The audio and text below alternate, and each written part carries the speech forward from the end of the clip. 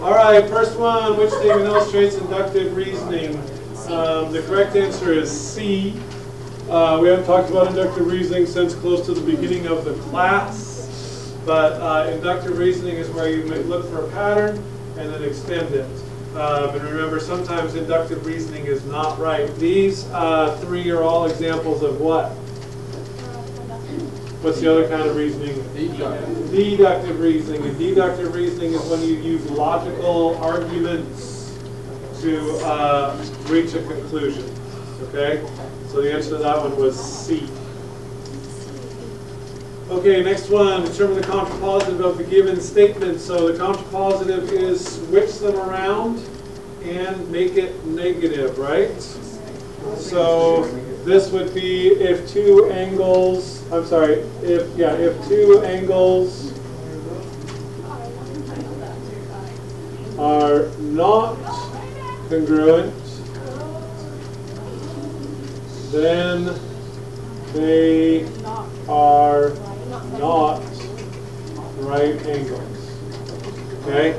And so that is B. Okay? Questions about that? Alrighty, next one. Line MN is a perpendicular bisector of line segment PQ at point R. Good idea to draw a diagram. So we have line MN. So there's my line MN. Jocelyn? Hush. And that is the perpendicular bisector of segment PQ. I don't know if that's perpendicular or not.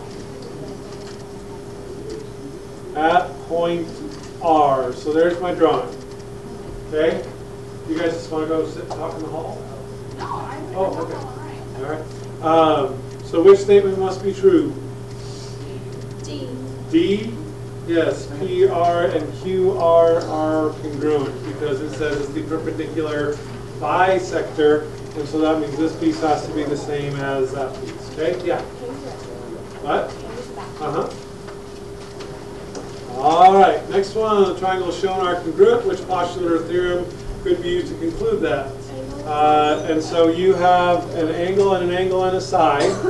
So hopefully you had it narrowed down to either A or B, because you got two angles and a side.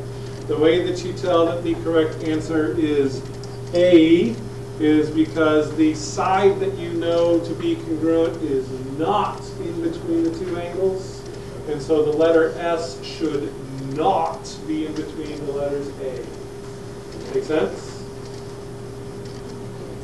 Okay. Okay. Next one I got wrong. The correct answer is C. So you put down C and I marked it wrong. I apologize. This one, interestingly enough, you don't need a calculator to do. Wait, Says, C? A lighthouse stands on a hill 80 meters above sea level. The measure of angle MPQ is 60 degrees. And the measure of NPQ is 30 degrees. So this is 30, and this is 30, and then the whole thing is 60. So since we have a 30, 60, 90 right triangle, you can do all this without a calculator. And you might be asked to do that. One day you don't have a calculator, and so you might not be able to use tangent or sine or whatever to figure this out. So since this is a 30, 60, 90 triangle, this is the short leg. That means this leg right here is the short leg times the square root of 3. So that's going to be 80 root 3. And this one right here, although it's not relevant, is 160. All right?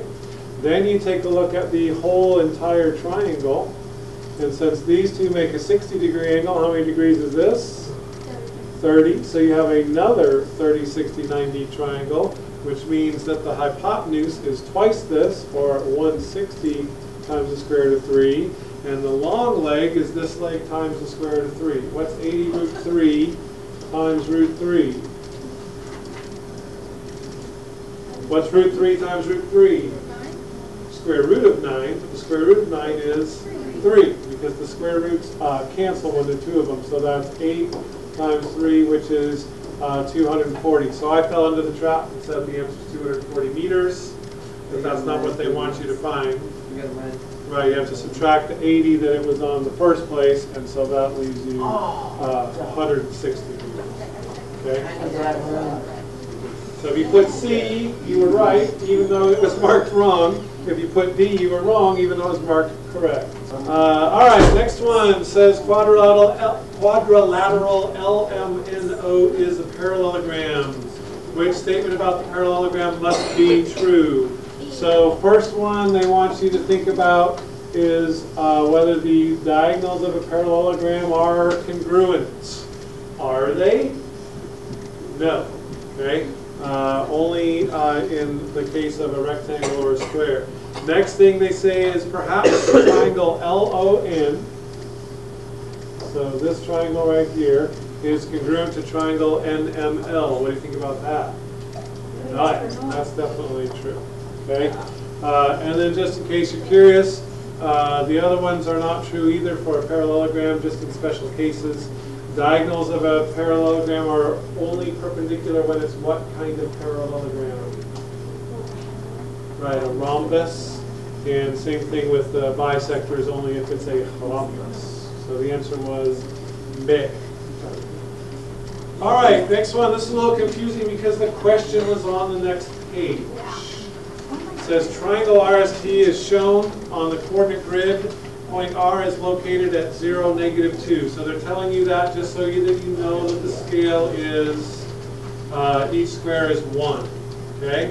So then they're going to take this triangle, reflect it across the x-axis, and then after they do that, they're going to reflect it across this line, y = x, to create a new triangle. So the question is, if you do that, what are the coordinates of the vertex T double prime of your new triangle? So if we start with T right here and reflect it across the x-axis, where will it go?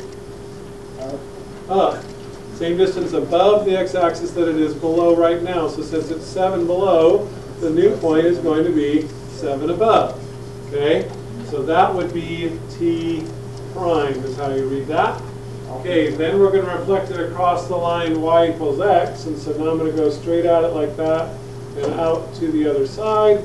And that's the line, or the point T double prime. So what are the coordinates of that point? 7, 3, answer choice A. All right?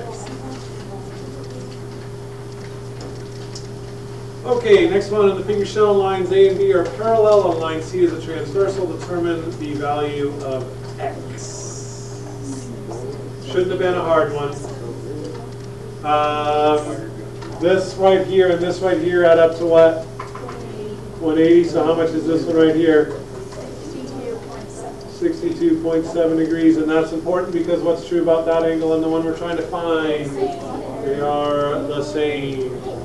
And so the value of x is 62.7 degrees. Okay, not much to it there.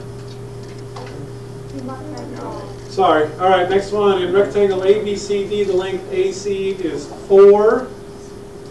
And what do you know? BAC is 30 degrees, so we have ourselves a 30, 60, 90 right triangle. So some of you guys went to the trig stuff on this, which, like I said, is okay if you have a calculator, but you might not have a calculator. They might want you to be able to use the 30, 60, 90 triangle relationship for this. If this is 4, how much is this side right here? 2. And if that's 2, how much is that right there? 2 times the square root of 3. And this is also important.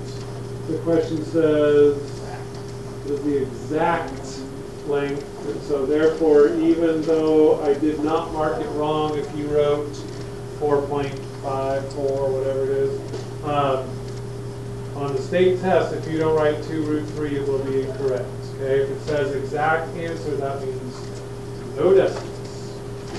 All right? Yeah. Uh-huh. No.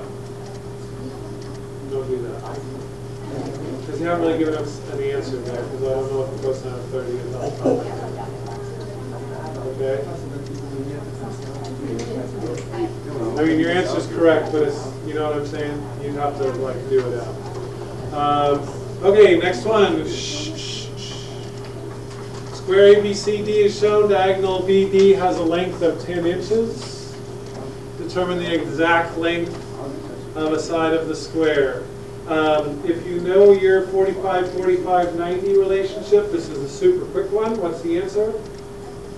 10 divided by the square root of 2.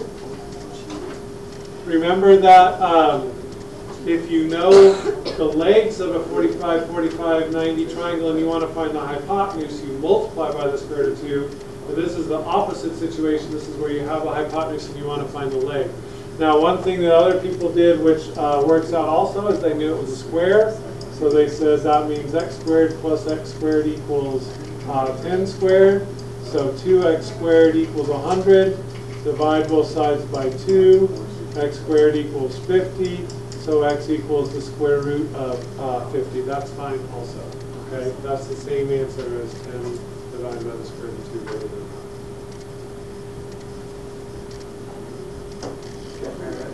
All right, easy one. Measure an exterior angle of a regular polygon is 40 degrees. Determine the number of sides. How many degrees do all the exterior angles add up to always? 360.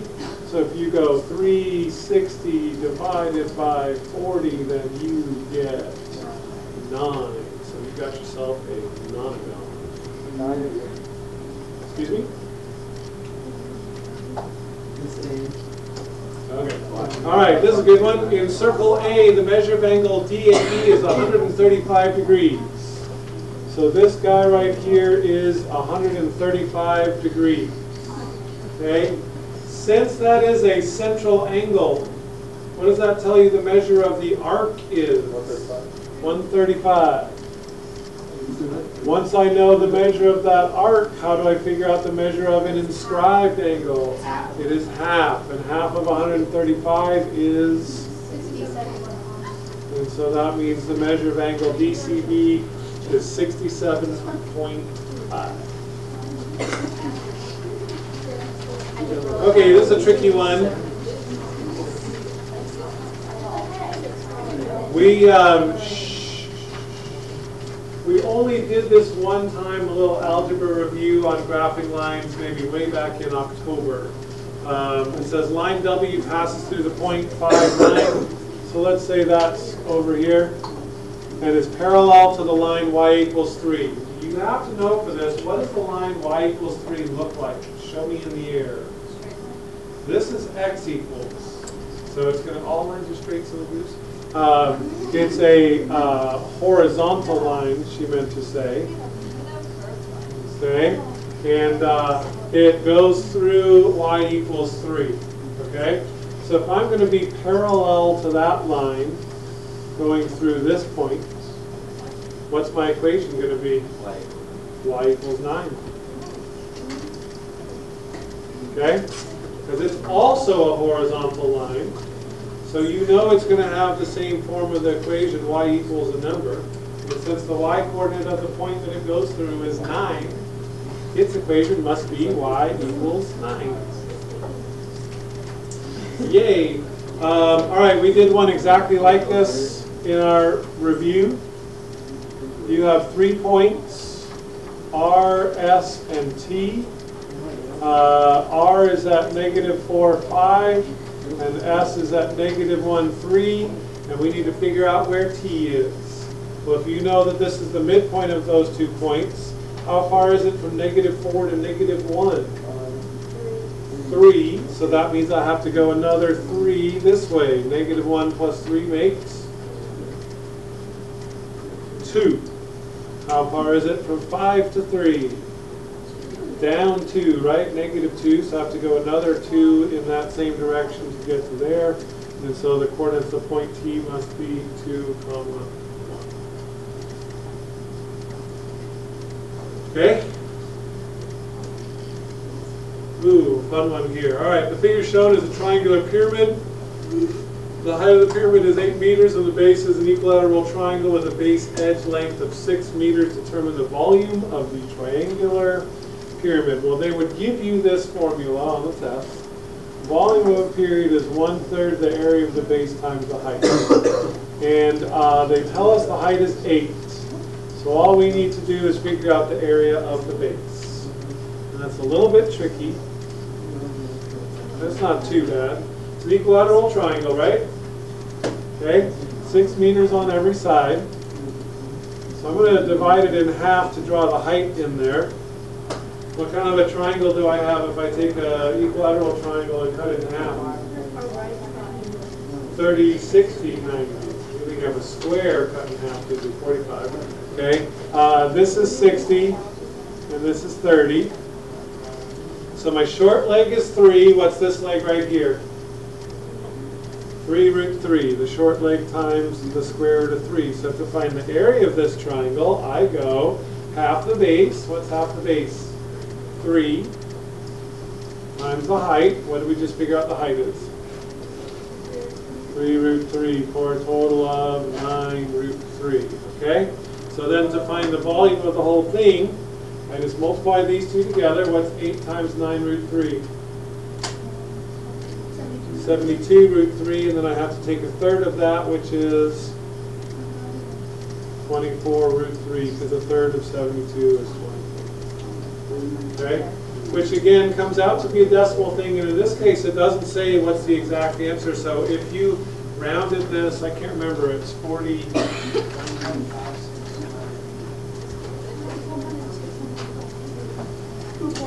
41.57.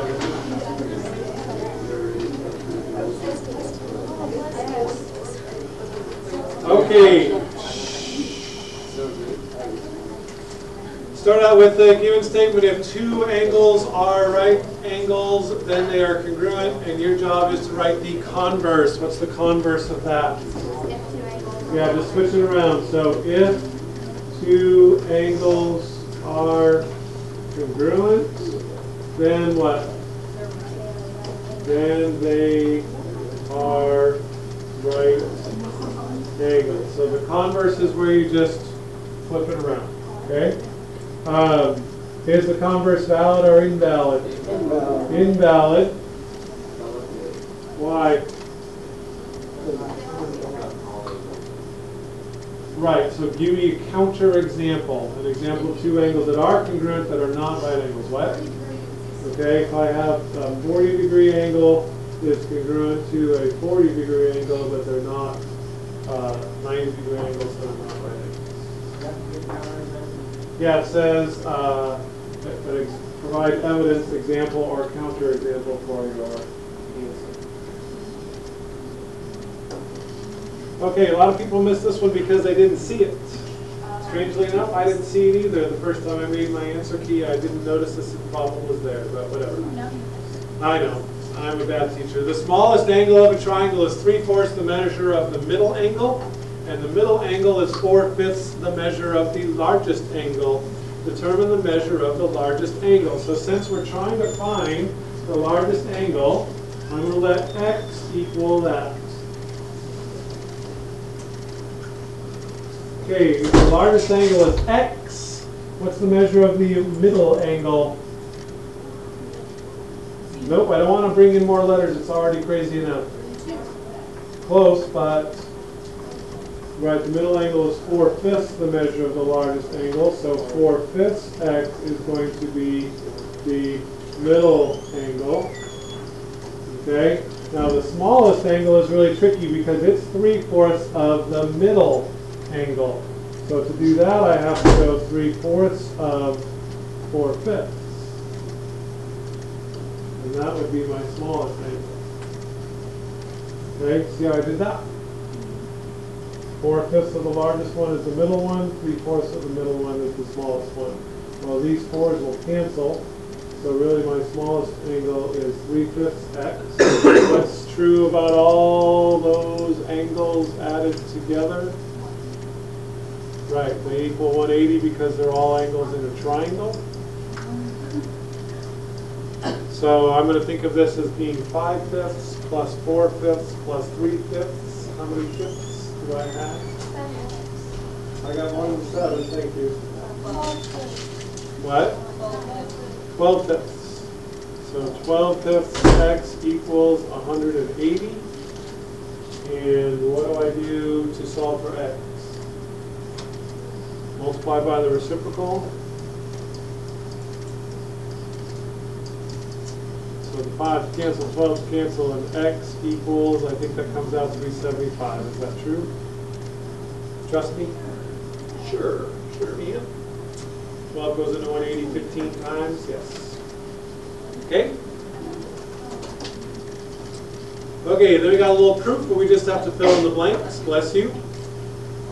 It says, you're welcome. Given WI is perpendicular bisector of XZ, so this is the perpendicular, and that's the bisector. So like always, they start with the given, then they say that those two angles are congruent, and then they decide, therefore, that WI is congruent to itself, and then it says something. And the reason we know that's true is that a bisector divides a segment into two halves. What do we know? XY equals 1Z. Yes, XY is congruent to YZ. Okay? Therefore, we know the two triangles are congruent by, and a lot of people put CPCTC. Okay? Yes. That's not correct. Right. CPCTC is what you use once you have shown that two triangles are congruent. If you're trying to show that two triangles are congruent, you need to do the ASA or the SSS, or in this case, since we have side, angle, side, we have to do SAS for that.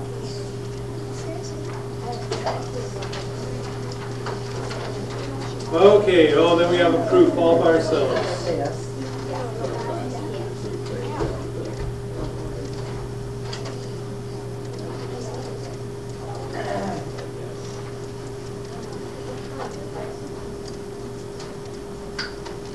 Okay, so here's our proof.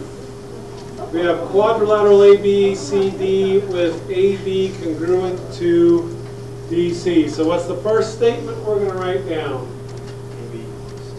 AB, number one is that segment AB is congruent to segment DC. Good. How do we know that? It has been given to us that that is true. What's the next thing we're going to write down?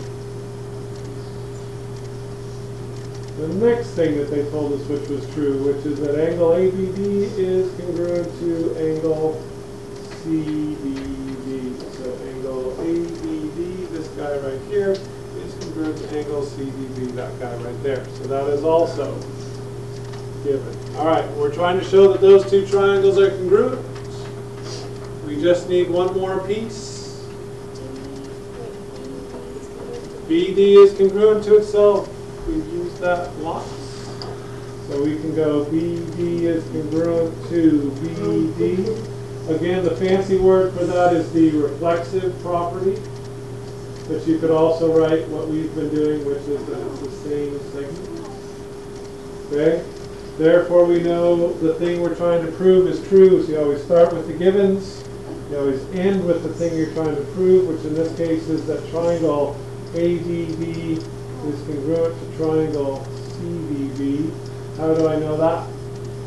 Looking at the diagram. What? SAS.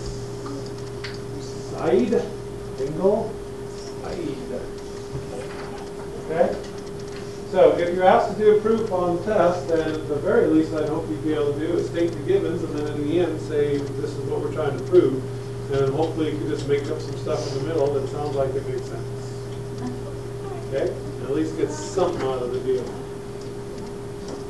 Okay, almost there. Two left. Dude, this was a doozy. The length of one diagonal of a rectangle is 17 feet. Sounds like we better draw a rectangle.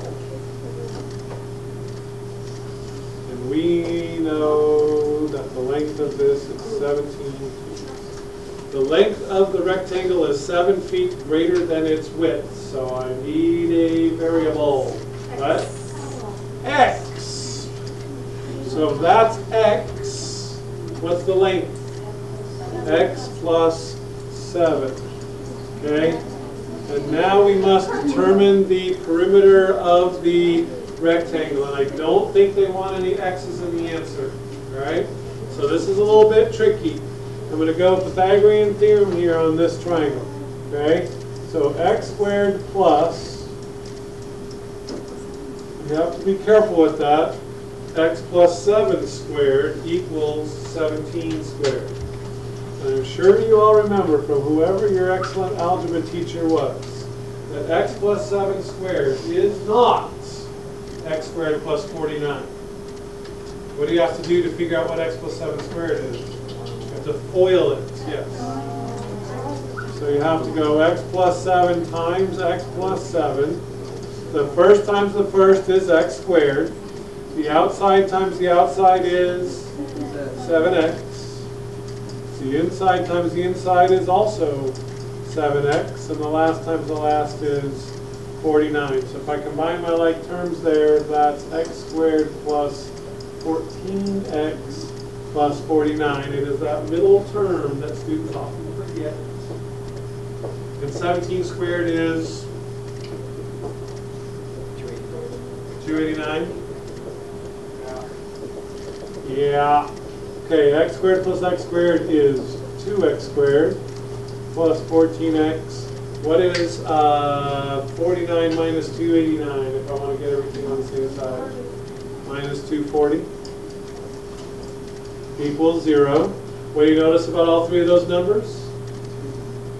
Yep, they're even. They're all multiples of 2. So let's divide them all by 2.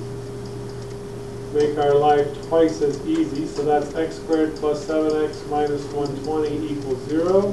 So to solve that, I can factor.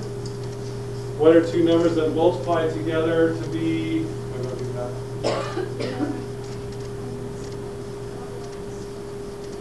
Okay, we'll rewind in a second. What are two numbers that multiply together to be negative 120 and add to be 7? Anybody? I don't remember. How about? Oh, I have it written down. Everybody know?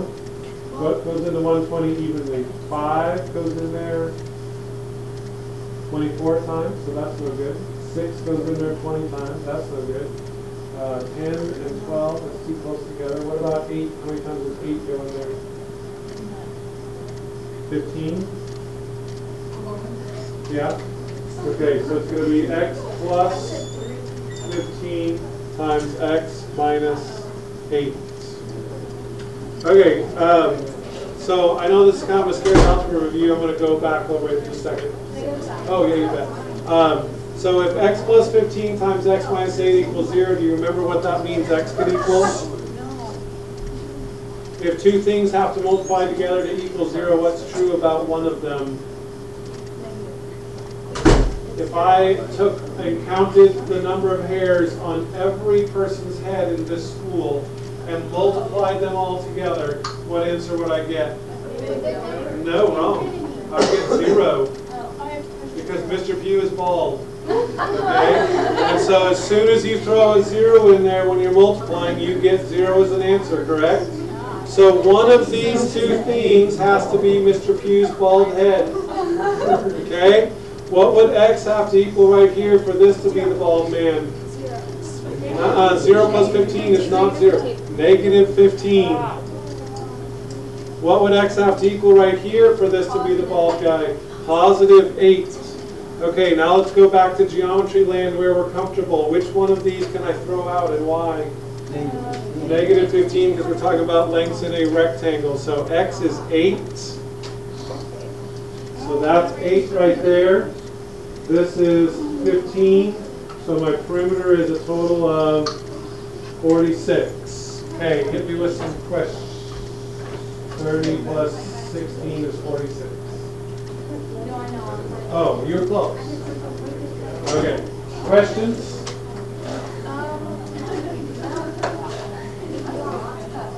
Just hope that doesn't come up. Oh, yeah. If it does. All right, then the last one. Yes, this was easy because they give you the nice little diagram. It says determine the length of AB. So we're going SOHCAHTOA here. You know the what? You know the adjacent side. You are trying to find the opposite side. So you must use tangent. So that means the tangent of 72 degrees is equal to the opposite side, which is x, divided by 100. How do I solve that for x? Good, I'm going to multiply 100 times the tangent of 72. And if you do that, you get around 307. They want it to the nearest hundred, so Why did I get that wrong? I do not know. Okay? Wait, I got it right. But that's